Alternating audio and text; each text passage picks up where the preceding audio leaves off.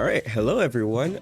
Today we're going to be taking a look at Mario Builder. I almost said Super Mario Maker. Mario Builder 64. This is a new Super Mario 64 mod that recently came out where it's basically Mario Maker 2 but in 3D. And I decided to try it out, build my own level. So I've gotten a pretty good grasp of what this whole thing is about. So today I'm going to be showcasing the level that I made while also talking about the game or the mod itself and talking about just what I feel or what I think about it. So yeah, let's hop into it. And boom, there you go. You land on this log platform type thing. You come in, you're faced with this big building up here. This is supposed to be a castle. That was the concept that I had for the level. It was supposed to be a castle on one side and then an open world on the other side. So let's just go through it and I'll talk about it. But basically, you start here. There's a bunch of stuff you can do. You can collect coins, kill enemies. There's some red coins over here scattered around the area that you have to collect. Just a typical 8, you know. But it was kind of confusing trying to figure out how to make everything work. It's just, you know, it's just a learning process, really. For example, normally when you collect 8 red coins, you have to you'll get a star from where is it? I put it right here. This like little star thing over here. Also, I really apologize for the lag. There's just so much in the level that it just makes the whole thing really laggy. Normally when you get 8 red coins, a star pops up from one of these, but I did not to get those. I did not to access that in the editor menu. I spent like 10 minutes trying to figure it out. I was like, where is this thing? And then I figured out that it was just a variation of the star itself. Like you can place down stars and you can get that as a variation. So it's really just a learning process of trying to figure out where everything is. But once you get that down, it's pretty simple. I'm playing on controller because I think that's the only way you can play with it or like do anything with it. I don't think you can use keyboard. Maybe you can though, because it shows the options for it. Like when you're building, it shows like R to wait. Oh, that's probably just the trigger buttons now that I think about it. Okay, maybe you can only use controller. You have to use the trigger buttons to what's it called? Hold on, I'll show it really quick. It's better if I just show it. That way it'll make more sense. So you basically have to use the trigger buttons. You have all your options here, right? Basically just like in Mario Maker, but this thing down here is usually at the top. I don't know what to call it. And if you press the plus button, you can open up the menu which has everything. It also took me a while to figure that out. Like originally I thought you only had what is it? Like these. I originally thought you only had these 8 items at your disposal.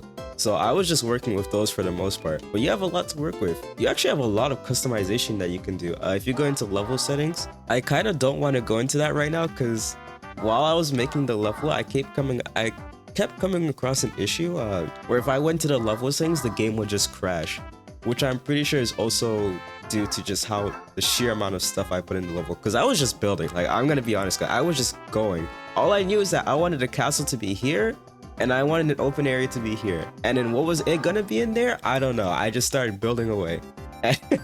Yeah, so it kind of led to a lot of you know, a lag and you know, issues coming up. But I mean, that's to be expected, really.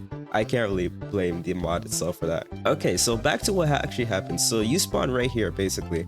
This like icon right here dictates where Mario spawns. You can also change where you want to start him by going to this check mark and just putting him anywhere on the level. And then you press the A button to select it. And basically, you just go into the castle, really. I put these platforms over here that you can jump up to because I originally wanted to have it as like a sort of semi-solid that you have to go up, but I don't think those are a thing. But you come through the castle through like this open window type thing. I don't really know what to call it. I was just kind of like, you know, I was making it and I was like, you know, this works, but it's kind of like an open circle you go through. And you have the option to go down to the basement. You can go up in that room over there. I don't know. Perfect. Yeah, that's what you can go in that room over there, or you can go up here. It's really your choice. It's all about exploring. That's what I wanted this to be about. This is one of the rooms. You can actually have NPCs too, which is really cool. I didn't expect that to be a thing. But you can have NPCs. You can't like actually type what you want them to say. It's kind of like pre-registered.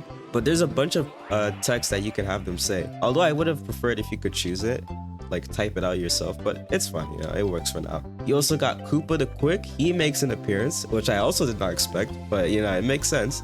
It just kind of automatically starts. He doesn't like do any text or anything like that, but he can pretty much go through anything. Like if I decided, you know, if I decide that I just wanted to have him go through the wall, I could literally just do that.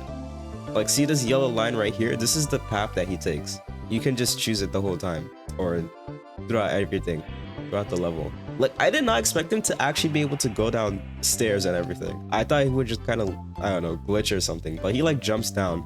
So that's pretty cool. Yeah, so you go all the way here, and then you gotta go throughout the open area a little bit, basically until you get to this flag, and then you just beat him. It's not too hard, I think. I guess I'll talk about the stars too, like where all the stars are. So obviously you have the 8 red coin star, which you get over there. There's also this star right here that you can't get up to. You need to hit an on-off switch right under these stairs. It's hidden basically. You can get this star like I was talking about earlier. You can get that by getting the invisible cap right here. It's kind of hidden as well. Almost everything you have to do is hidden, because really what I was trying to do is just have you explore and, you know, run around the area. So essentially everything is somewhat hidden to a degree. There's also this platform over here that you can go up. You gotta break these blocks so you don't fall off. And then eventually it'll take you to the top of the castle, where you'll get another star. And this is an obvious reference to what's it called? You know, the star that you get in the actual game that's at the top of the castle.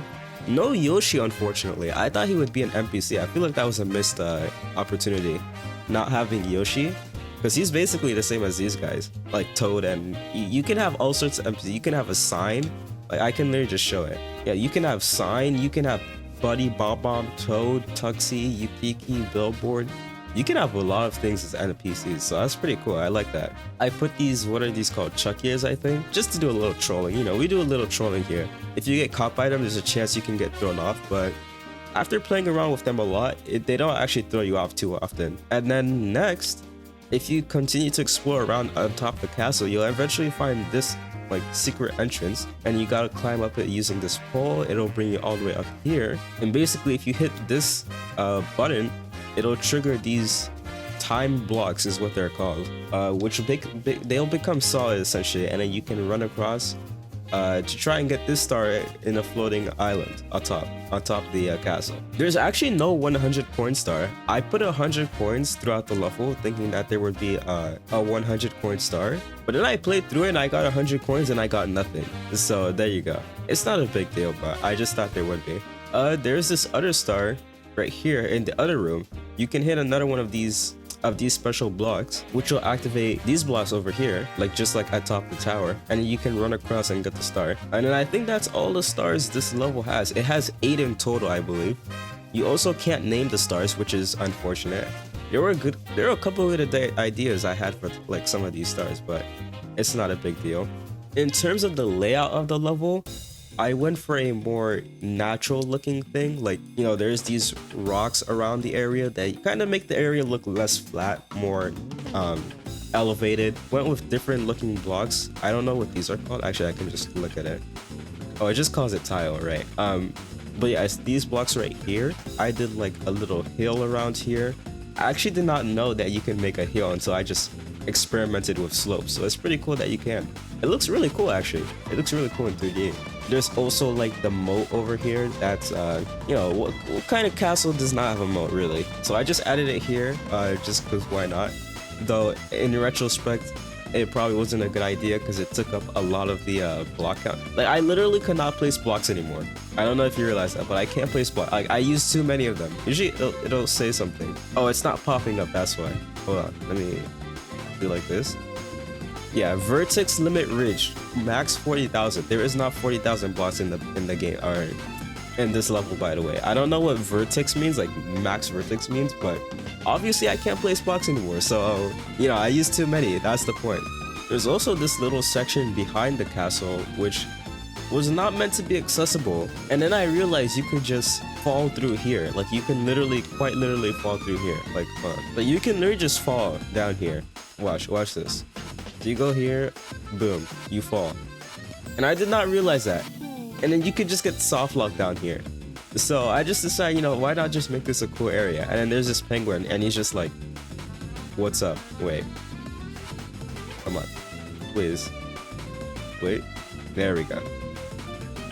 And it's like, what's up? And then I just put a little way to get out of here, because obviously soft lock no good, soft lock equal bad. So you can get out through here. There's not really too much to the level, really. It was really just meant to as a way to test how everything goes, or test the game itself. And I gotta say, it's pretty good. There are some things missing, like, you know, warp boxes, or not warp boxes, but ways to teleport you would be really nice. I wish there were more like aquatic related enemies, or just things in general, but there's no fishes. The eel isn't a thing, which is unfortunate. I actually, now that I think about it, I really wish the eel was in the game. You could do a lot of trolling with that. No sharks, basically just no aquatic enemies essentially. It's not a big deal, but you know, if you want to make a water level, you're pretty much just restricted to normal land enemies, which won't work too well, probably. And then there's also like typical features that the game doesn't have, like being able to select multiple blocks. You can't undo stuff, so like if you accidentally delete something, you can't undo it, which most of the time won't be an issue, but sometimes it can if you don't realize that you deleted something that you didn't want to. Because if you're working, let me just say, if you're working in an enclosed place, like when I was working on this castle, the inside, it was hell. Like, I don't know if it's just because of the way the camera in 64 works, but it is hard. Or if it's just like any 3D making game, but it is hard. Like the camera will just like glitch through the screen, and then it's just hell to try and see what you're doing. So you can just actually delete something that you didn't want to, and you would never realize. So having an undo button would be really nice. But yeah, maybe they'll update the game with some of those features. That would be really cool. And you know, just adding more stuff, because there's a lot of potential with this, I think. And maybe it'll be taken down by Nintendo or something. I don't know.